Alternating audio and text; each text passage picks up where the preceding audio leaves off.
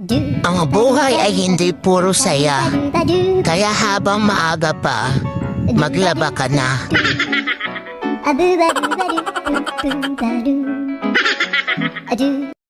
bago ang lahat, nag-almusal muna tayo. Ayan ang ating breakfast.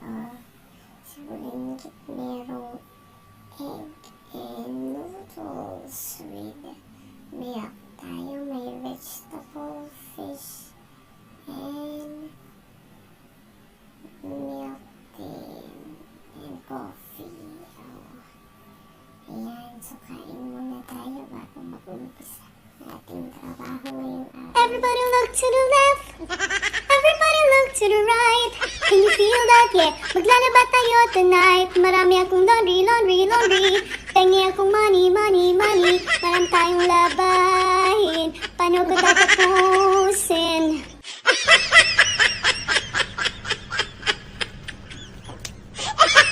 So, habang umiikot ang ating labahin, magwalis-walis muna tayo sa ating harapan.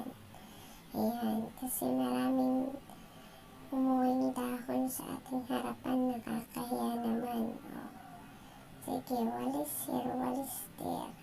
Tapos, umakyat tayo dito sa tapat ng hagdan. Ito ang ating mission ngayon. Ang linisan at ayusin ito. Kung ano man ang kakalabasan nito. Tapos, lagyan natin ng maliit na sink dito para may paghugasan lang ng kamay. Tapos, pagkuhanan ng tubig dito sa taas. Dahil alisin natin lahat. Ayan, sige.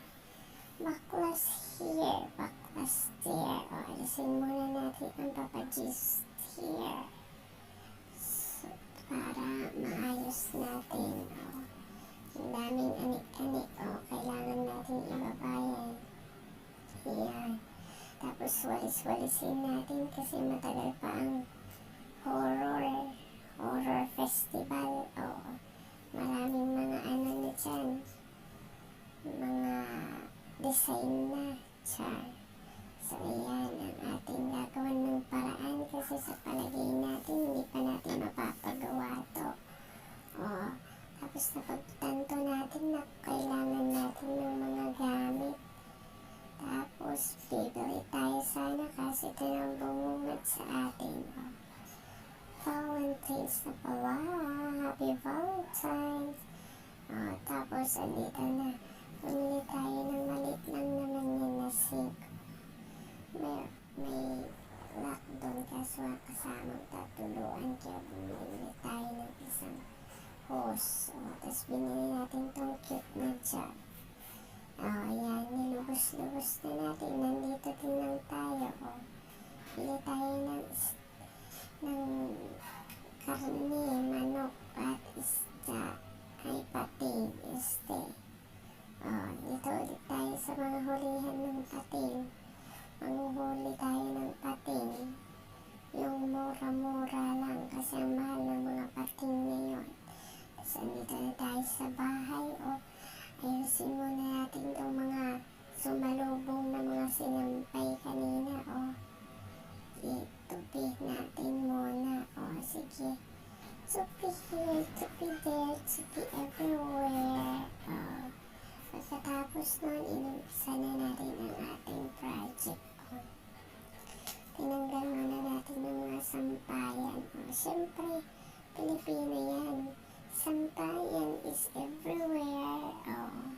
Nagtitira siguro tayo pero isa lang sa unahan. Ang Pilipino naman hindi mabubuhay pag walang sampayan. So, dinami-dami ng sampayan. 10 na itong taring nandito. Alisin natin lahat ng laman. Ayan.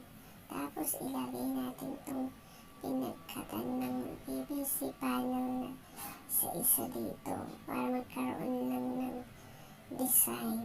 Char. Ayan. Pakuan natin tapos nang gagamit natin screw para maidikit natin dun sa kahoy. Yan ang sa likod niyan.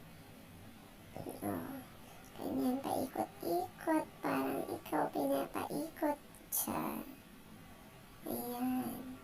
Tapos, pagkatapos yan, magkukurte na sana tayo kaso napagtanto na mas maganda ilagay muna natin yung tarpaulin dito. Para kung sakaling umulan, hindi yan papasok. Kasi matagal-tagal pa natin papaayos ito. Sa dami pa naman ng ating otang.